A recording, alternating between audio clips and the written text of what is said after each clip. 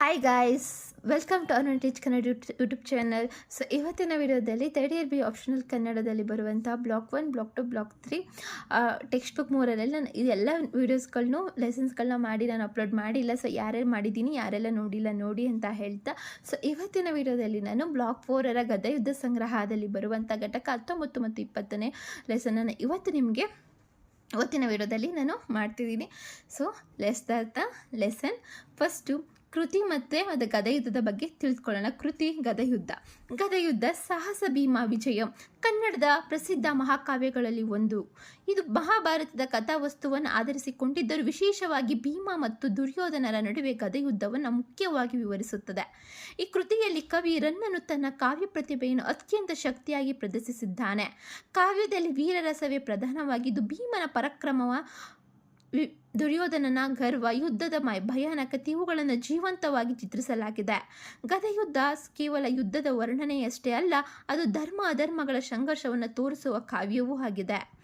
Second one, ಕರ್ತೃ ಅಂದರೆ ಕವಿ.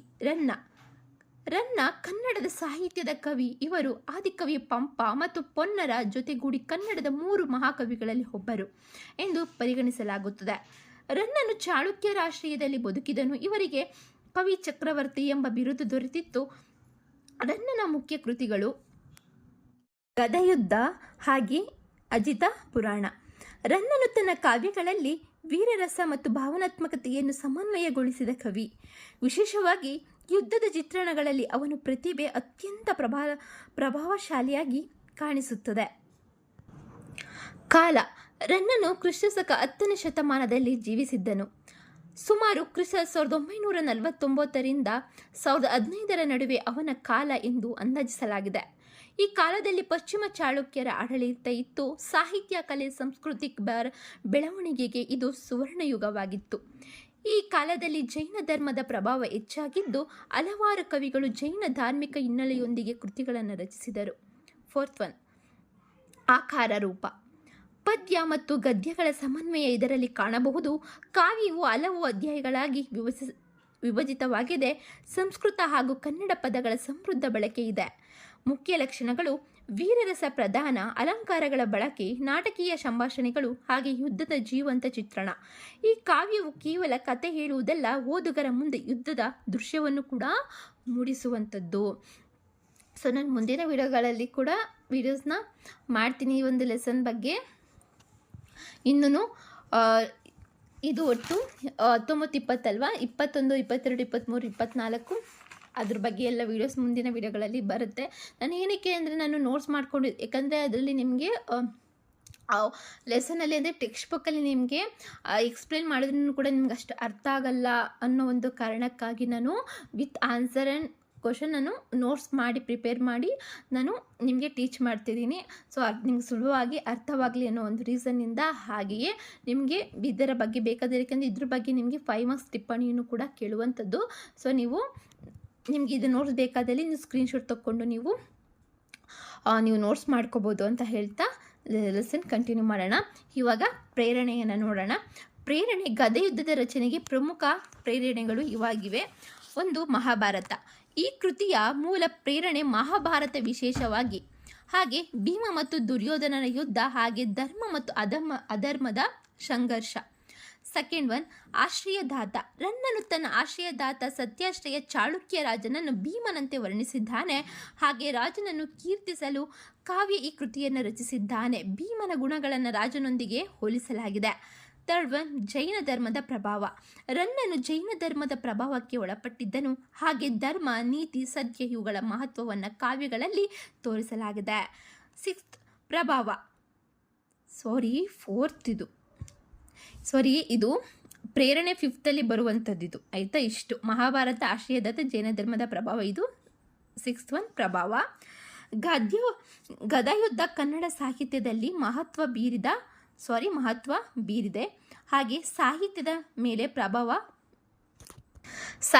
ಮೇಲೆ ಏನು ಪ್ರಭಾವ ಬೀರಿದೆ ಅಂದರೆ ವೀರರಸದ ಕಾವ್ಯಗಳಿಗೆ ಮಾದರಿಯಾಯಿತು. ಹಾಗೆ ನಂತರದ ಕವಿಗಳಿಗೆ ಪ್ರೇರಣೆ ಆಯಿತು. ಚಂಪು ಶೈಲಿಯ ಅಭಿವೃದ್ಧಿಗೆ ಸಹಾಯಕವಾಯಿತು.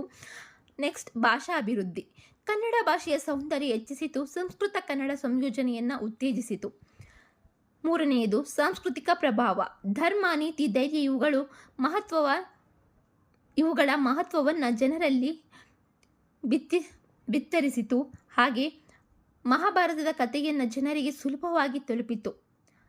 ವೀರರತೆಯ ಆದರ್ಶ. ಭೀಮನ ಪರಾಕ್ರಮ ಯುವ ಜನತೆಗೆ ಆದರ್ಶವಾಯಿತು. ಧರ್ಮದ ಜಯ, ಅಧರ್ಮದ ನಾಶ ಎಂಬ ಸಂದೇಶವನ್ನು ನೀಡಿತು. 7th ಸಮಾರೋಪ, ಸಾರಾಂಶ, ಕನ್ಕ್ಲೂಷನ್. ಒಟ್ಟಿನಲ್ಲಿ ರನ್ನನ ಗದೆಯುದ್ಧ ಕೃತಿ ಕನ್ನಡ ಸಾಹಿತ್ಯದ ಅಮೂಲ್ಯ ಸಂಪತ್ತಾಗಿದೆ. ಇದು ಕೇವಲ ಯುದ್ಧ ಕಾವ್ಯವಲ್ಲ, ಧರ್ಮದ ಜಯವನ್ನು ಸಾರುವ ಕೃತಿ. ಕವಿ ರನ್ನನ ಪ್ರತಿಭೆಯ ಪರಾಕಾಷ್ಠೆ ಈ ಕೃತಿಯಲ್ಲಿ ಕಾಣುತ್ತದೆ. ಹಾಗೆ ಕನ್ನಡ ಸಾಹಿತ್ಯದಲ್ಲಿ ಇದಕ್ಕೆ ವಿಶಿಷ್ಟ ಸ್ಥಾನವಿದೆ. ಗದೆಯುದ್ಧವು ಇಂದಿಗೂ ಓದುಗರನ್ನು ಆಕರ್ಷಿಸುವ ಶಕ್ತಿಯುತ ಕಾವ್ಯವಾಗಿದ್ದು ಕನ್ನಡ ಸಾಹಿತ್ಯ ಚಿರಸ್ಥಾಯಿ ಕೃತಿಗಳಲ್ಲಿ ಒಂದಾಗಿದೆ. ಹಾಗೆ ತುಂಬ ಚೆನ್ನಾಗಿ ಮೂಡಿ ಬಂದಿದೆ. ತುಂಬ ಒಳ್ಳೆಯ ಒಂದು ಕಥೆಯಾಗಿ ಚೆನ್ನಾಗಿ ಅರ್ಥ ಮಾಡಿಕೊಂಡು ನಾವು ಎಕ್ಸಾಮ್ನ ಅಟೆಂಡ್ ಮಾಡಬಹುದು. ಹಾಗೆಯೇ ಇದರ ಕ್ವಶನ್ ಪೇಪರ್ನಲ್ಲಿ ನಿಮ್ಗೆ ಏನು ಕ್ವಶನ್ ಕೇಳ್ತಾರೆ ಅನ್ನೋದನ್ನು ಕೂಡ ಒಂದೊಮ್ಮೆ ನಿಮಗೆ ತೋರಿಸ್ತೀನಿ.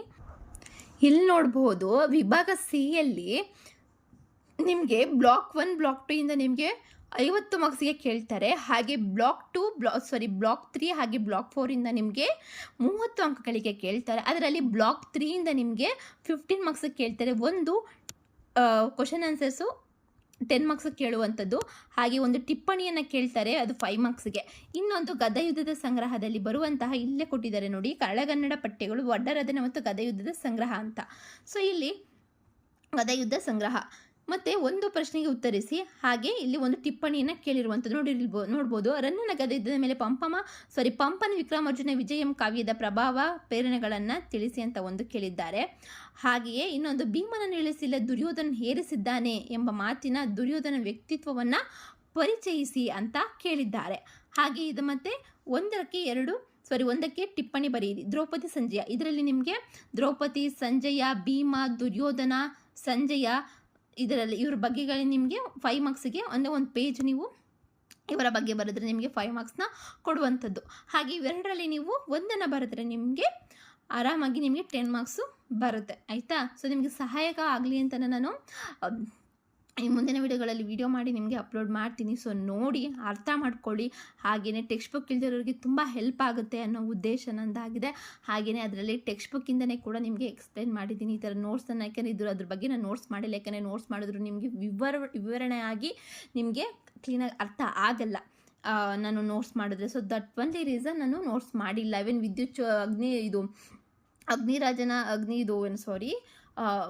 ವಿದ್ಯುತ್ ಚೋರನ ಕತೆ ಮತ್ತು ಇನ್ನೊಂದು ಕಾರ್ತಿಕ ಋಷಿಯ ಕತೆ, ಎರಡನ್ನೂ ಕೂಡ ನಾನು ಟೆಕ್ಸ್ಟ್ ಬುಕ್ ನೋಡಿನೇ ಎಕ್ಸ್ಪ್ಲೇನ್ ಮಾಡಿರುವಂಥದ್ದು. ಹಾಗೆ ರನ್ನನ ಗದಯುದ್ಧ ಸಂಗ್ರಹ, ಇದರಲ್ಲೂ ಕೂಡ 2 ಲೆಸನನ್ನು ಕೂಡ ನಿಮಗೆ ಟೆಕ್ಸ್ಟ್ ಬುಕ್ಕಲ್ಲಿ ಎಕ್ಸ್ಪ್ಲೇನ್ ಮಾಡಿರುವಂಥದ್ದು. ಸೊ ಯಾರೆಲ್ಲ ನೋಡಿಲ್ಲ ನೋಡಿ ಅಂತ ಹೇಳ್ತಾ, ಸೊ ಅಂದರೆ ಮುಂದಿನ ವಿಡಿಯೋದಲ್ಲಿ ಅಪ್ಲೋಡ್ ಮಾಡ್ತೇನೆ.